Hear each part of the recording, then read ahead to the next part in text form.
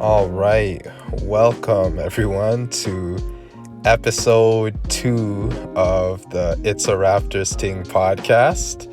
Uh, this is your host, the Scholar Baller, and it's really been a minute, to be honest. It has really and truthfully been a minute. I'm gonna share my thoughts on the Toronto Fred Van Vliet situation. Uh, that was a pretty messy situation. And first and foremost, let me pay my respects to the guy. Freddie V, he definitely was a real one during his time here. For the lion's share of his career in Toronto, he was definitely a fan favorite. And it goes without saying, and definitely appreciated on that championship run. He really helped us in critical moments in that Milwaukee series. He came off the bench and hit those big shots, and just overall, just a guy who really came onto the Toronto Raptors with a very inspirational story.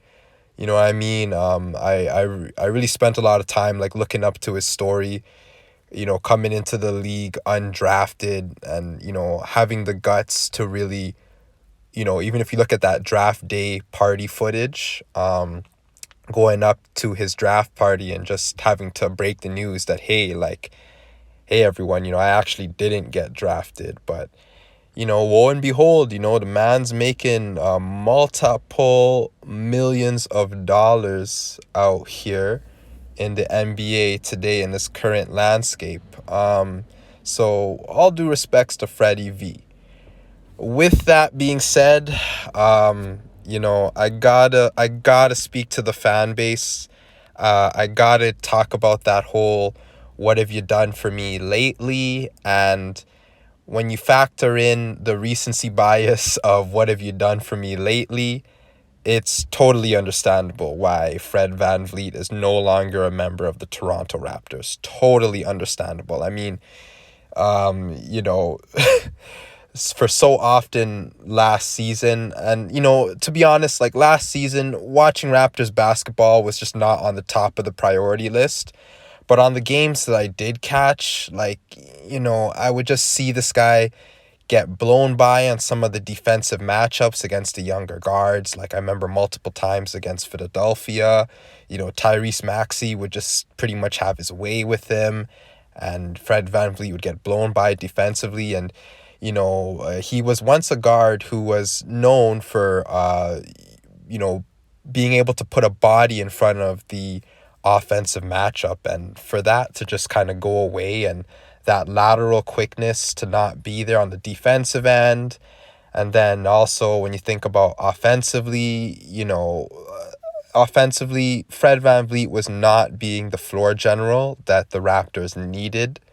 There was definitely a lot of accusations around offensive stat padding, and those accusations were warranted. I mean, you look at a lot of these games, and these games weren't really amounting to wins, but Fred VanVleet's stat sheet and, his not only his stat sheet, but there's literally a correlation between Fred VanVleet's demeanor and and how well he was doing statistically from an individual standpoint. But when those individual statistics weren't lining up with a surplus in the win column of the win-loss column for the Toronto Raptors, you could really just see that he just didn't care about that, and it really came to the forefront. And then all in all, Fred VanVleet just wasn't really meshing a whole lot with some of the younger guys on our squad, and a lot of internal chemistry issues. But all in all, he definitely had to go. It was definitely beyond his time now. And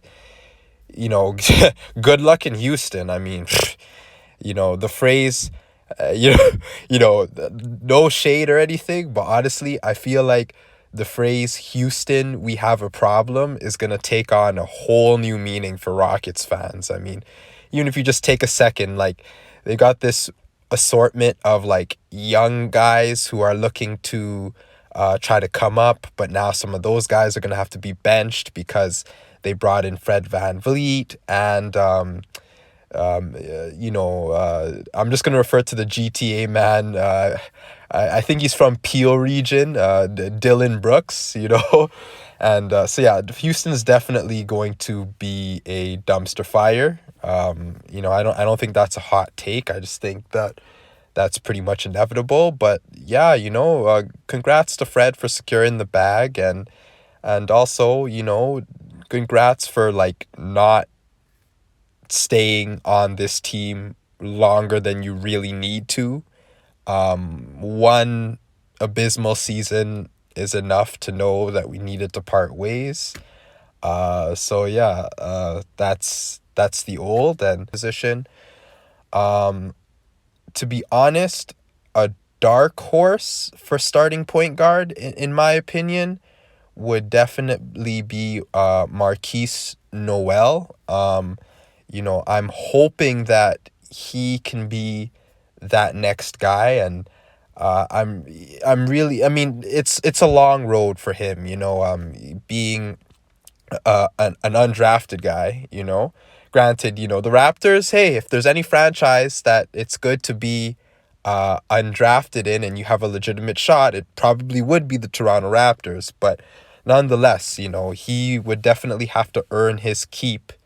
He'd have to earn a whole roster spot, and that's pretty tricky. But I think that he just has, I don't always give praises to the New York energy, but honestly, that New York energy that radiates off of Marquise Noel, combined with his pass first play style, Marquise Noel really seems to embody more of a traditional point guard role, but he's also quick enough and agile enough and fluid enough with his movements to score. So for the most part, I really do like the idea of Marquise Noel, but I just need more time to see how that translates out on an NBA level. And my final sort of take with the Raptors point guard situation, I gotta address it. There's a lot of fanfare around it. Scotty Barnes as potentially the Raptors point guard. Me personally, I think that Scotty Barnes has great passing ability, but contrary to popular narrative, I don't really see him as the starting point guard anytime soon, or anytime at all, really. To me, Scotty Barnes is more of a point forward, and a little bit of a hot take around his potential future, but Scotty Barnes could potentially be the epitome of what it means to be a point forward. I mean, like, just with his passing ability and his ability to get inside and score, those are his strengths.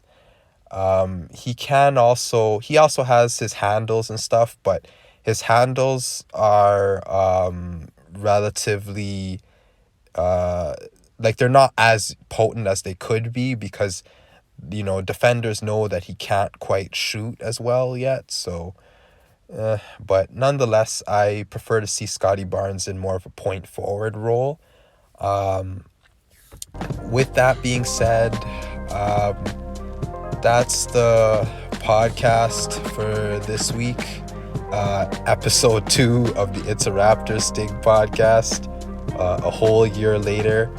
I'm gonna have to give my Toronto man promise or Toronto man guarantee that I'll try to be a little more consistent with posting here on YouTube. If you like what you hear, please like, comment, and subscribe for more. And you already know what I'm saying. It's a Raptors Ting, eh?